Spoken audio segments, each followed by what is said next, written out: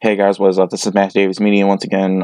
Sorry that in my last video I said I was going to do as many game reviews as I can, but apparently it's Thursday and tomorrow is Friday, so I haven't gotten the chance to. I've just been busy with so much stuff that I did not get the chance to, mainly because I was playing other games too, and I was also so yeah, I've been busy, and so far I can only do one game this week. Also, I'm going to be seeing a couple of movies this weekend, so there's that. But anyways, let's get to it.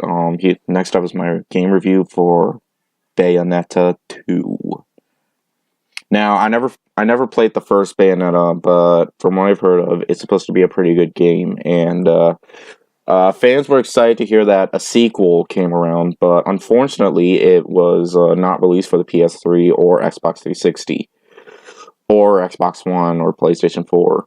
Due to licensing issues, they decided to put Bayonetta 2 on the Wii U, so in order for fans to play the game, they would have to get a brand new Wii U. So, yeah, so they pretty much, if people wanted to play the new game, if they wanted to play Bayonetta 2, instead of paying $60, they would have to pay like $360. Okay. But anyways, Bayonetta 2 is, of course, the sequel to Bayonetta. I mean, what else is it? And, of course, Bayonetta's friend's soul has been dragged down to hell, and she goes into the Inferno, which basically is hell, to try to receive her soul back. And along the way, she meets this man that's basically a kid, and pretty much her and him go on a quest to stop the bad guys from taking her soul, pretty much, and of course, you know, unleashing hell on Earth, pretty much. And so yeah, the story isn't really that interesting per se, but I honestly didn't care because that's not where the game shines. It shines for its gameplay, because this is what a game should be: fun. If the story isn't interesting, a game should at least be fun. Some people say that The Walking Dead, Telltale's Walking Dead, is not fun, but it has a good story. So, I mean, if it's not fun, if it doesn't have a good story, then it's not good at all. But, I'm not saying the story in this game is bad, but, I mean, it has some really interesting characters, like the guy, that you see at the shop. Yeah, there's a shop in this game, and, let me start by saying this is one of the most fun and one of the most fun and amazing games I played on the Wii U. And this is one of the reasons to own a Wii U. And unfortunately, the game didn't sell very well. I don't know how much, but you know, I can see why, because like I said before, the original game was released on Xbox and PlayStation. And if Nintendo fans never heard of Bayonetta, they did not know what to expect with this. But anyways, let me start off with the graphics. They're absolutely amazing, of course. You know, this game has amazing graphics. Some of the best I've seen on the Wii U system. And the soundtrack, too. Oh my god, it just feels so satisfying. This is basically a hack and slash game. And Bayonetta also, she has handguns and guns that are on her heels, pretty much, which is pretty freaking sweet, if you ask me. This Bayonetta is one of the most memorable female protagonists in gaming. Like, that's saying a lot right there. And, you know, when you're hacking and slashing, you got the music going on, and it really makes you feel so excited. And what I really like about this game, it's not that difficult. If put on easy difficulty to me feels a bit like normal difficulty, but it's not a punishingly difficult game. You know, and for a Nintendo game, this gets away with a lot of stuff, like its blood.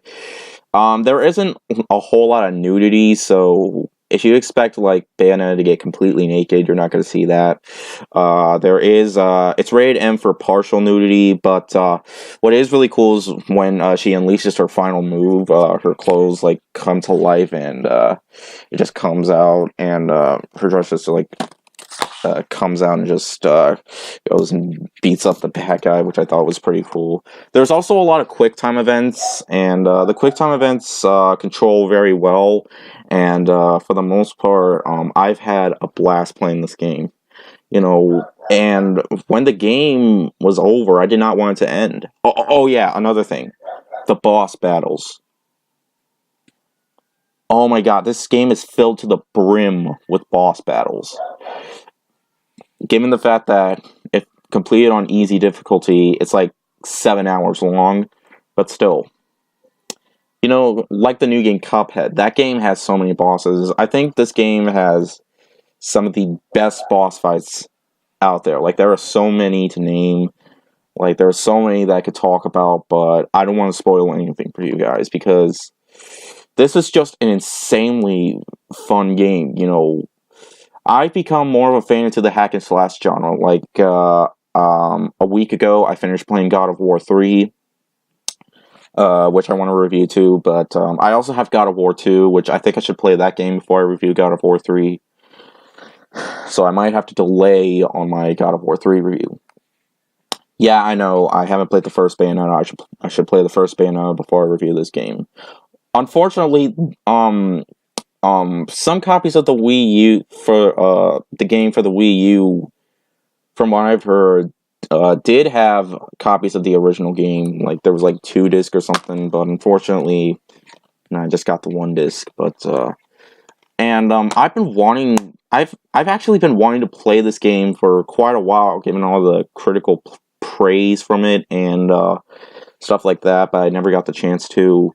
I was supposed to get it on Christmas, but when my mom ordered it for me, it was like really delayed. In fact, a week later, the package failed to ship, so my mom had to got her money back so she could rebuy it. But it was worth the wait. I mean, it was definitely worth the wait to wait a week after Christmas, because this game is a hell of a lot of fun. It is a blast, and there is going to be a new version for the Nintendo Switch. Although I'm happy with the Wii U version, but one game I want to get for the I want to try on the Nintendo Switch is L.A. Noire.